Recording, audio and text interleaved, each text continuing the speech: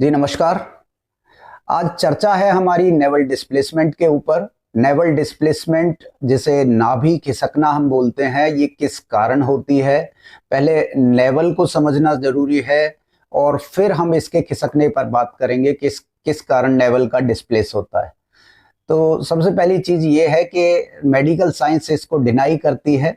वो ऐसा कुछ नहीं मानती कि नाभि खिसकती है। वो बस इस चीज को मानते हैं कोई इरिटेबल बाउल सिंड्रोम हो गया है, आईबीएस हो गया है, पानी की कुछ खराबी हो गई है, पानी के कारण आपका डाइजेशन सही नहीं रहता, या जो भी आपके सिम्टम्स आ रहे हैं नाभि के खिसकने के कारण, उन सभी सिम्टम्स को वो नाम दे देती है किसी पर्टिकुलर डिजीज का। असल में नाभि कोई बॉडी का पार्ट नहीं है, कोई ऑर्गन नहीं है। ये असल में है सेंटर ऑफ ग्रेविटी, यानी जो हमारा एक तरह से बोल सकते हैं कि सन है ये हमारा। जैसे सन के आसपास प्लेनेट होते हैं और वो एक सेंटर ऑफ ग्रेविटी के कारण उसके आसपास चक्कर लगाते हैं, रोटेशन करते हैं। तो ऐसे ही हमारा सन है हमारा नेवल, और नेवल के आसपास हमारे जितने ऑर्गन हैं वो प्लेनेट की तरह है।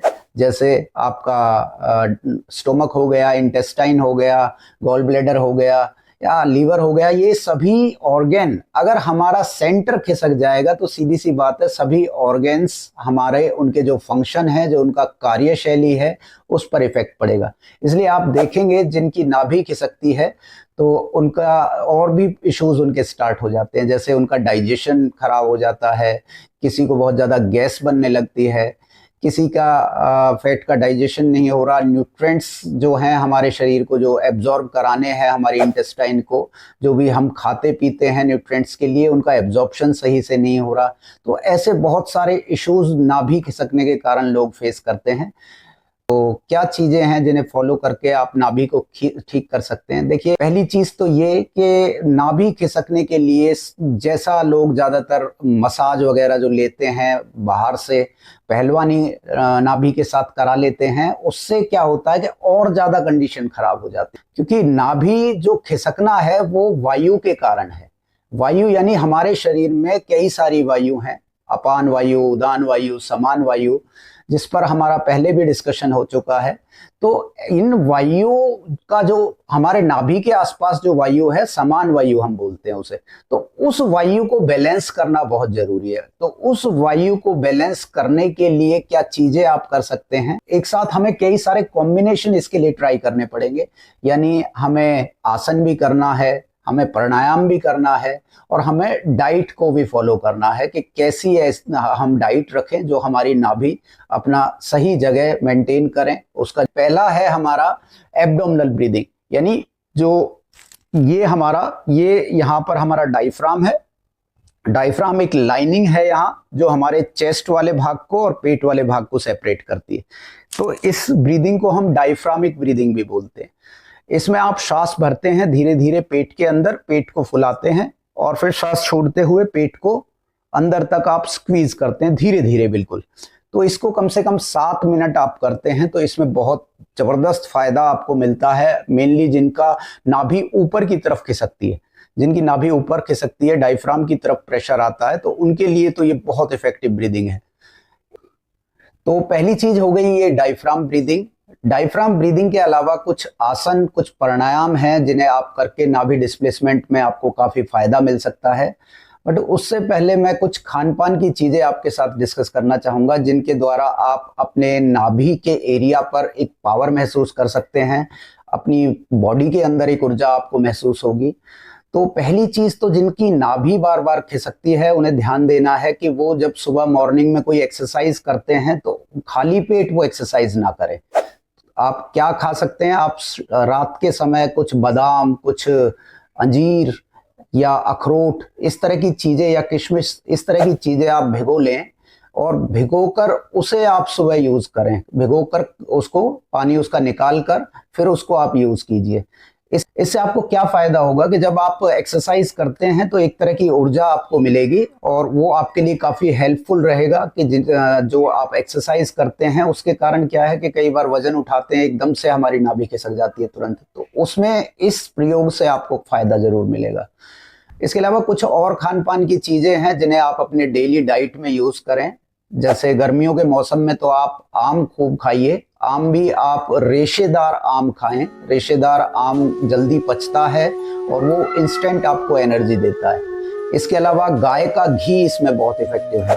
गाय का घी आप सब्जी में डाल के या रोटी पर या दूध में कैसे भी आप ले सकते हैं। गाय का जो घी होता है वो बहुत जल्दी सुपाच्य होता है, जल्दी डाइजेस्ट हो जाता है। दही आपके लिए काफ़ी इफेक्टिव रहेगी, दही आप खाएं, दही आपको इंस्टेंट डाइजेस्ट हो जाता है, इवन हमारे डाइजेशन के लिए भी अच्छा रहता है। चलिए अब कुछ आसन और प्राणायाम हम करते हैं जिनके द्वारा आप अपने नाभि खिसकने को ठीक कर सकते हैं। तो हमारा पहला आसन है सुप्त वज्रासन। सुप्त वज्रासन के लिए सबसे पहले आप बैठेंगे वज्रासन में इस तरह से, और धीरे धीरे आपको थोड़ा पीछे जाने की कोशिश करनी है। पहले आप अपने एक एल्बो को ऐसे पीछे ले लें, फिर दूसरा एल्बो पीछे ले लें, और फिर कोशिश करें पूरा बॉडी फ्लोर पर ले जाने की, इस तरह से।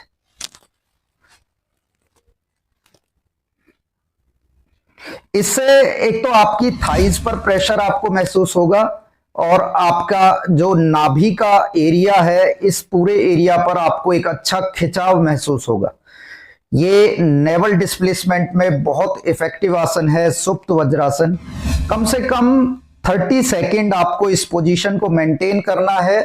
ब्रीदिंग आपकी नॉर्मल रहेगी और धीरे धीरे जिस तरह आप नीचे गए थे ऐसे ही अपने एल्बो का सहारा लेते हुए वापस आएंगे। अगर ये कंप्लीट नहीं होता है तो स्टार्टिंग में इसे हाफ भी किया जा सकता है, इस तरह से गर्दन को पीछे लटका के।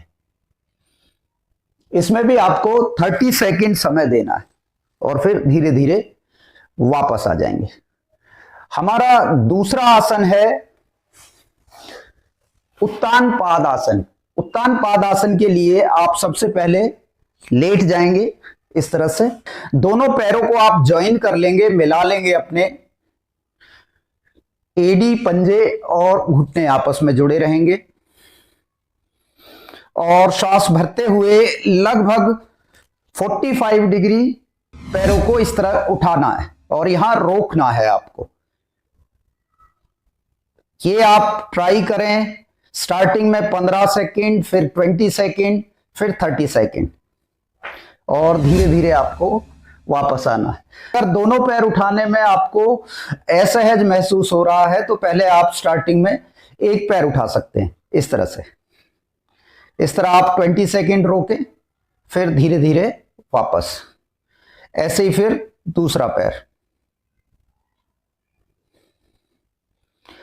हर आसन के आपको कम से कम 3 सेट करने हैं। 3 सेट आप हर आसन के करेंगे, फिर धीरे धीरे आप 90 डिग्री अपने पैरों को उठाने की कोशिश करेंगे अर्ध हल आसन में, इस तरह से। इसे हम अर्ध हल आसन बोलते हैं। इसमें आप दोनों पैरों को बिल्कुल सीधा रखेंगे और यहां 30 सेकेंड रोकने का प्रयास। इससे भी आपके नाभि क्षेत्र पर एक अच्छा इफेक्ट इसका महसूस होता है और धीरे धीरे वापस आएंगे। एक और आसन इसमें काफी इफेक्टिव है, पवन मुक्त आसन।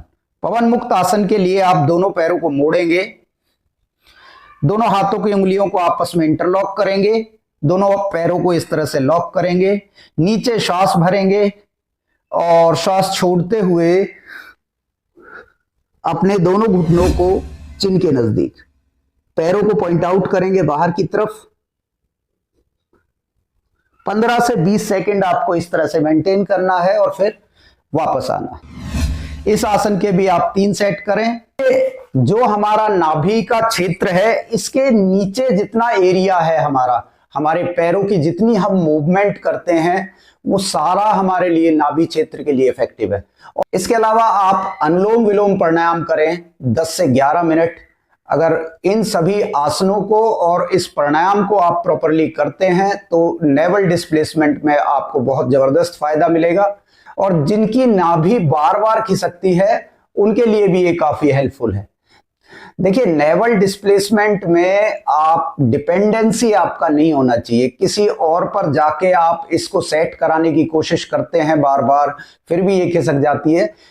तो आप जब तक सेल्फ एफर्ट नहीं करोगे, डिपेंडेंसी किसी और के ऊपर रखोगे, तो आप इस इशू से हमेशा सफर करते रहेंगे। तो एक चीज और ध्यान रखेंगे, जितने भी आसन आप करते हैं उनके आप प्रॉपर सेट बनाकर करें और कोशिश करें अपने सेंटर ऑफ ग्रेविटी को सेंटर में रखने की। नमस्कार, धन्यवाद।